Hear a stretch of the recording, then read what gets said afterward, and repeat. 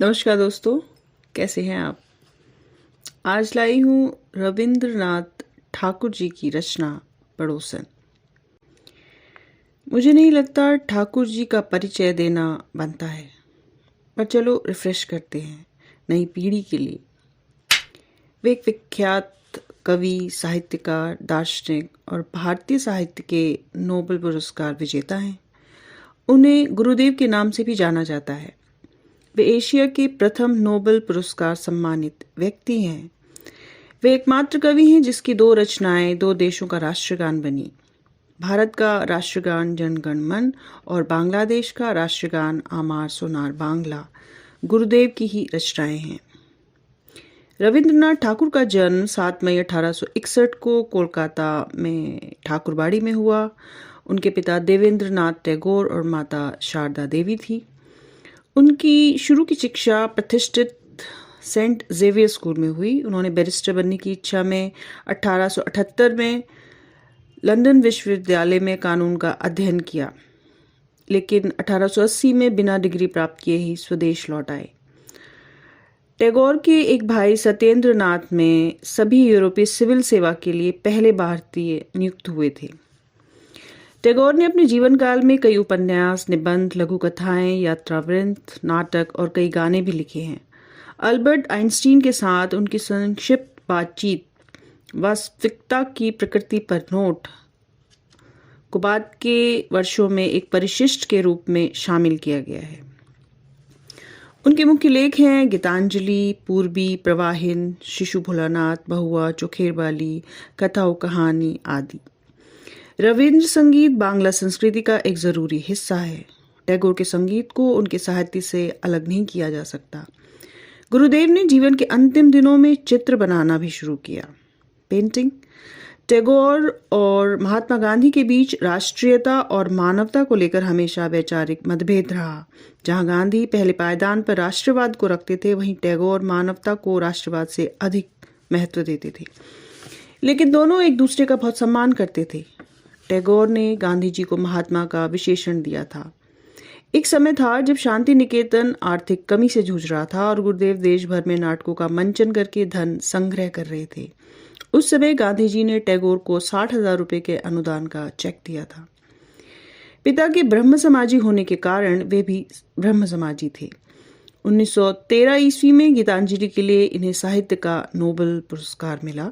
1915 में उन्हें राजा जॉर्ज पंचम ने नाइटहुड की पदवी से सम्मानित किया था, लेकिन 1919 में जलियांवाला बाग हत्याकांड के विरोध में उन्होंने यह उपाधि लौटा दी थी।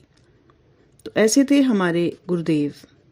अब शुरू करती हूँ उनकी लिखी कहानी, एक लघु कथा पड़ोसन। मेरी पड़ोसन बाल विधवा है, मानो वह जाड़ों की ओस से भीगी पतझड़ी हर सिंगार हो। फूलों की सेज के लिए नहीं, वह केवल देव पूजा के लिए समर्पित थी। मैं उसकी पूजा मन ही मन किया करता था। उसके प्रति मेरी भावना कैसी थी, उसे मैं पूजा के अलावा किसी और शब्दों में प्रकट नहीं करना चाहता, न दूसरों के सामने और न अपने सामने। नवीन माधव मेरा बहुत ही घनिष्ठ एवं प्रिय मित्र है। उसे भी इस बारे में कुछ नहीं मालूम। इस प्रकार मैंने अपने अंतर मन में जिस भाव को छुपाकर साफ सुथरा बना रखा था, उसके लिए अंदर ही अंदर गर्व का अनुभव भी करता था। लेकिन पहाड़ी नदी की तरह मन की चाल भी अपने जन्म शिखर से बंधी नहीं रहना चाहती। किसी भी रास्ते को अपनाकर वह बाहर निकलने की कोशिश करती है। इसमें अगर वह सफल नहीं हो पाती तो अंदर ही अंदर एक कसक, एक घुटन पैदा करती है। इसलिए मैं सोच रहा था कि कविता में मैं अपने भाव प्रकट करूंगा, लेकिन कुंठा की मारी मेरी लेखनी ने किसी भी तरह भी आगे बढ़ने से मना कर दिया। पर बड़े आश्चर्य की बात यह हुई कि ठीक इसी समय हमारे मित्र नवीन माधव को अचानक बड़ी ही तेज गति से कविता लिखने का शौक चर्राने लगा, मानो अचानक भूचाल आ गया हो। उस बेचारे पर ऐसी दैवी विपत्ति पहले कभी नहीं आई थी। इसी वजह से वो इस नई नवेली हलचल के लिए बिल्कुल तैयार नहीं था। उसके पास छंद, तुक आदि की पूंजी भी तो नहीं थी, फिर भी उसका दिल छोटा नहीं हुआ। पर यह देखकर मैं दंग रह गया। कविता मानो बुढ़ापे की नई दुल्हन की तरह उस पर हावी हो गई। अब हुआ ये कि नवीन माधव को छंद तुक आदि की सहायता और संशोधन के लिए मेरी ही शरण लेनी पड़ी। वैसे कविता के विषय नए नहीं थे, लेकिन पुराने भी नहीं थे, यानी उन्हें बिल्कुल नया भी कहा जा सकता है और काफ़ी पुरानी भी। वो प्रेम की कविताएं थी, प्रियतमा के बारे में। मैंने उसे एक धक्का लगाते हुए पूछा, आखिर कौन है, बताओ भी। उसने हंसकर कहा, हाँ, अब तक उनका पता नहीं लगा पाया हूँ। अलबत्ता नए लेखक को सहयोग देने में मुझे बड़ा संतोष मिला। नवीन की काल्पनिक प्रियतमा के प्रति मैंने अपनी रुकी हुई फीलिंग्स का प्रयोग किया। बिना बच्चे की मुर्गी जिस तरह बत्तख का अंडा पा जाने पर भी उसे छाती से लगाकर सेने लगती है, मैं अभागा भी उसी तरह नवीन माधव के भावों को अपने दिल का सारा ताप देकर सेने लगा। उस अनाड़ी की रचनाओं को मैं ऐसे जोश खरोश से संशोधन करने लगा कि वे करीब करीब 80-90% मेरी ही रचनाएं बन गई। वो मेरी लिखी कविताओं से चकित था और कहता, ठीक यही बात तो मैं कहना चाहता था पर कह नहीं पाता था, लेकिन पता नहीं तुम में लिखने का इतना सुंदर भाव कहाँ से आ जाता है। मैं भी कवि की तरह जवाब देता, कल्पना से, और क्या। इसका कारण ये है कि सत्य कम बोलता है और कल्पना बातूनी होती है। सत्य घटनाएं भावों को पत्थर की तरह दबाए रखती हैं, पर कल्पना उसका रास्ता साफ करती है। नवीन गंभीर चेहरा लिए कुछ देर सोचता, फिर कहता, हाँ देख रहा हूँ, बात कुछ ऐसी ही है, तुम ठीक कहते हो। फिर थोड़ी देर सोचने के बाद कहता, ठीक ही कहते हो, बात तो सही है। मैं पहले ही बता चुका हूं कि मेरे प्रेम में एक प्रकार का डरपोकपना है, शर्म है, संकोच है, इसलिए मैं अपनी बात कुछ भी नहीं लिख सका। नवीन को पर्दे की तरह बीच में रखने के बाद ही मेरी लेखनी अपना मुंह खोल सकी।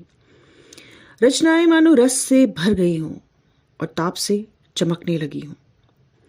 फिर नवीन ने एक सुझाव दिया, वैसे भी ये तो तुम्हारी ही रचना है, इसे तुम्हारे ही नाम से प्रकाशित करें। मैंने कहा, भाई तुमने भी खूब कहा, मूल रचना तो तुम्हारी ही है, मैंने तो उसमें सिर्फ थोड़ा सा रद्दो बदल कर दिया है। धीरे धीरे नवीन भी ऐसा ही समझने लगा। जिस प्रकार एक भविष्यवक्ता नक्षत्र के उगने की प्रतीक्षा में आकाश की ओर निहारा करता है, मैं भी उसी तरह कभी कभी अपने बगल के मकान की खिड़की की ओर देखा करता था। मैं इस बात को मना भी नहीं कर सकता। वैसे कभी कभी भक्त का अपने भगवान को बेचैनी से देखना सार्थक भी हो जाता था। उस काम काज में डूबी ब्रह्मचारिणी की सौम्य शांत छवि से एक शांत शीतल ज्योति झिलमिलाकर पल भर में मेरे मन की सारी बेचैनी दूर भी कर देती थी। पर उस दिन सहसा मैंने देखा कि मेरे चंद्रलोक में अब भी एक ज्वालामुखी जाग रहा है। वहां की सुनसान समाधि में डूबी पहाड़ी गुफा की सारी आग अभी पूरी तरह बुझी नहीं है। हुआ यूं कि उस दिन बैसाख के तीसरे पहर को आसमान में बादल घिर रहे थे। उस बादलों की आंधी में मेरी पड़ोसन खिड़की के पास अकेली खड़ी थी। उस दिन उसकी शून्य में डूबी घनी काली आंखों में मैंने दूर तक फैली हुई कसक देखी। हाँ, ये सच है कि मेरे उस चंद्रलोक में अभिताप है, और वो देवताओं के लिए नहीं है, मनुष्य के लिए ही है। उस दिन उस आंधी के प्रकाश में उसकी दोनों आंखों की तेज छटपटाहट उतावले पक्षी की तरह उड़ी चली जा रही थी, स्वर्ग की ओर नहीं, मानव हृदय के घोंसले की ओर। उसे इस हाल में देखने के बाद मेरे लिए अपने बेचैन मन को काबू करना मुश्किल हो गया। तब केवल दूसरे की कच्ची अनगढ़ कविताओं के संशोधन से मन नहीं भरा, मेरे अंदर भी किसी प्रकार का काम करने की लालसा पैदा हो गई। तब मैंने ये निश्चय कर लिया कि बंगाल में भी विधवा विवाह प्रचलित करने के लिए मैं भरपूर कोशिश करूंगा। केवल व्याख्यान और लेख लिखकर नहीं, आर्थिक सहायता देने के लिए भी मैं आगे बढ़ा। नवीन मेरे साथ बहस करने लगा। उसने कहा, चिर वैधव्य में एक पवित्र शांति है, एकादशी की धुंधली चांदनी से रोशन समाधि भूमि की तरह है। उसमें एक महान सौंदर्य है। क्या वह विवाह की संभावना मात्र से खत्म नहीं हो जाएगा? ऐसे कवित्व की बातें सुनते ही मुझे गुस्सा आ जाता है। अकाल में, खाने के अभाव में जो व्यक्ति घुल घुल कर मर रहा हो, उसके पास कोई हट्टा कट्टा आदमी आकर अगर खाने के दोषों पर नफरत दिखाते हुए उस मरते हुए इंसान का पेट फूल की सुगंध और पक्षियों के गीत से भरना चाहे तो वह कैसा लगेगा?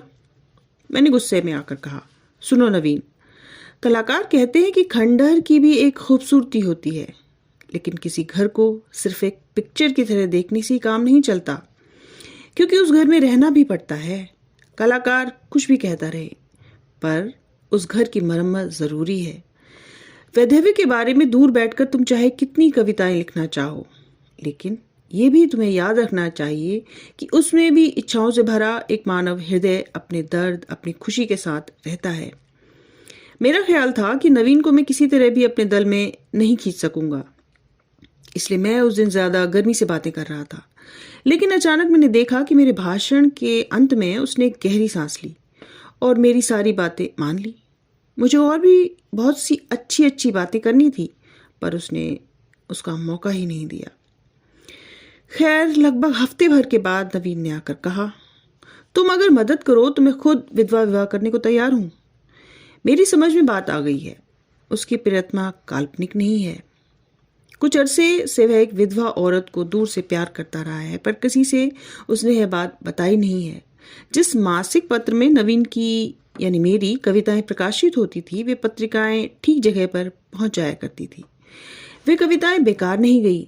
बिना मेल मुलाकात के ही उसे आकर्षित करने का है उपाय मेरे मित्र ने ढूंढ निकाला था। लेकिन फिर भी नवीन का कहना है कि उसने कोई षड्यंत्र कर ऐसी तरकीब निकाली हो। ऐसी बात नहीं है। यहाँ तक कि उसका ख्याल था कि वह औरत पढ़ना भी नहीं जानती थी। वो मासिक पत्रिका बिना मूल्य के उस औरत के भाई के कहने पर भिजवा देता था। वह केवल मन को तसल्ली भर देने का पागलपन था। उसे ऐसा लगता था कि देवता के लिए पुष्पांजलि चढ़ाई जा रही है। देवता चाहे जाने या ना जाने, स्वीकार करे या ना करे। फिर कई बहानों के जरिए उसके भाई से नवीन ने दोस्ती कर ली थी। वैसे नवीन का कहना है कि इसमें भी उसका कोई उद्देश्य नहीं था। जिससे प्रेम किया जाए, शायद उसके निकट संबंधियों का साथ भी अच्छा लगता है।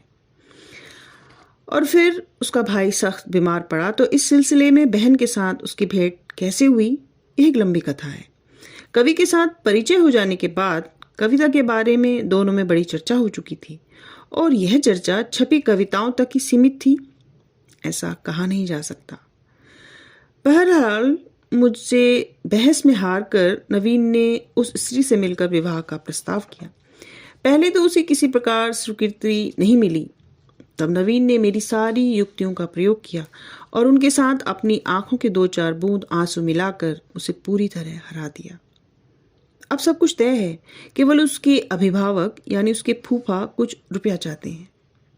मैंने कहा, अभी लो।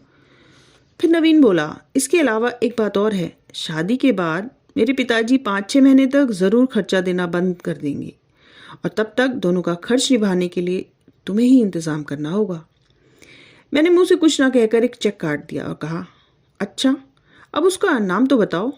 मेरे साथ तो वैसे भी तुम्हारी कोई प्रतियोगिता नहीं, तो उसका नाम पता देने में तुम्हें किस बात का डर है? और मैंने ये भी कहा कि मैं तुम्हें छूकर सौगंध खाता हूं कि उनके नाम कोई कविता नहीं लिखूंगा, और अगर लिखी भी तो उनके भाई के पास ना भेजकर तुम्हारे पास भेज दिया करूंगा। नवीन ने कहा, अरे इसके लिए मुझे कोई डर नहीं।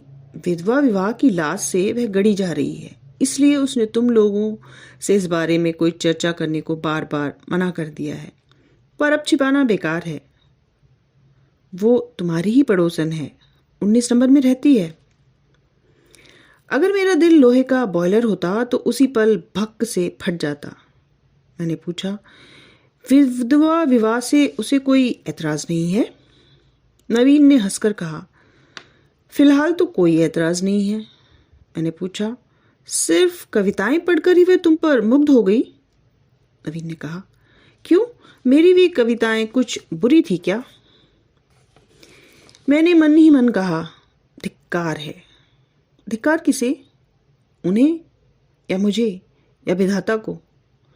पता नहीं, पर धिक्कार तो है। तो एक अंत यहीं तक था। अगली कड़ी में फिर भेंट होगी। तब तक के लिए लाइक, शेयर, सब्सक्राइब कीजिए। नमस्कार, धन्यवाद, राम राम।